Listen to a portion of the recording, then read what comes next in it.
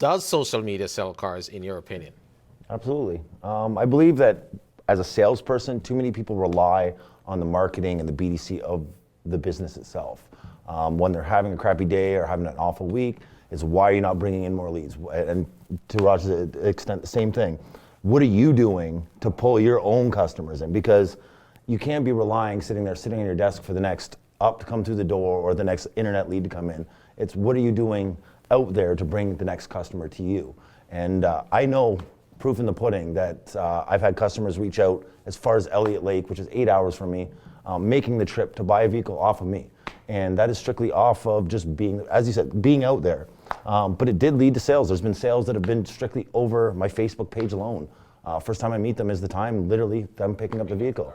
And that's the most easy process. I can't say how much easier it is negotiating with somebody off of, once you have a social media presence or they feel they have trust in you, you've brought down that wall already, and you're not negotiating to beat the guy down the street. They want to buy off you. They already have followed through, and as long as you keep up to that, I totally believe that you can sell cars through social media. What about you, Jeff? Well, I mean, obviously, all those were great were great points, obviously, and they all ring true. But I think what a lot of people overlook is the retention aspect of social media as well. So I've been probably dabbling with Facebook and doing Facebook for about just hitting on 3 years now, and I've already seen. So it might not have been that initial sale, which of course I do get that from that as well.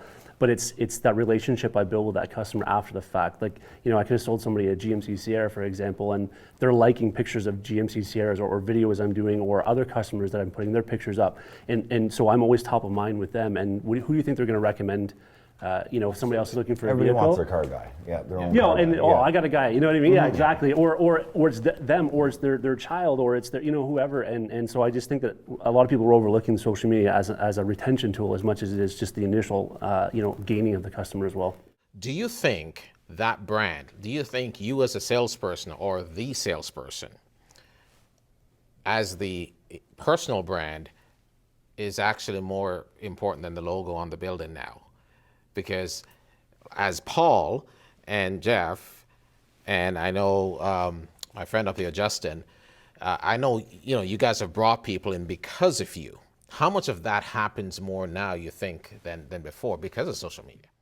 So the logo is important to a certain extent. If you're building a brand, you're doing it for yourself mainly, first and foremost, and the logo needs to be interchangeable to a certain extent, unless you're lucky to put your roots down in a place where it's owned by the same person forever and they treat you the same way and they keep throwing money at you, whatever the case might be, and nothing changes. That's great. But I look at the social media aspect more like my sort of like my legacy. There isn't, you know, with the exception of the greats like George Gerard and a few other ones, really, there isn't, we're not, you know, salespeople kind of come and go, and, you know, we're forgotten about. So I treat the social media aspect more as what I'm leaving behind. So if somebody, that's why a lot of my videos are focused on teaching new salespeople what to do, because much like yourself, I was thrown into the wolves, and so I want people to search how to, you know, close a deal or whatever, and have my face pop up and continue that on, right? So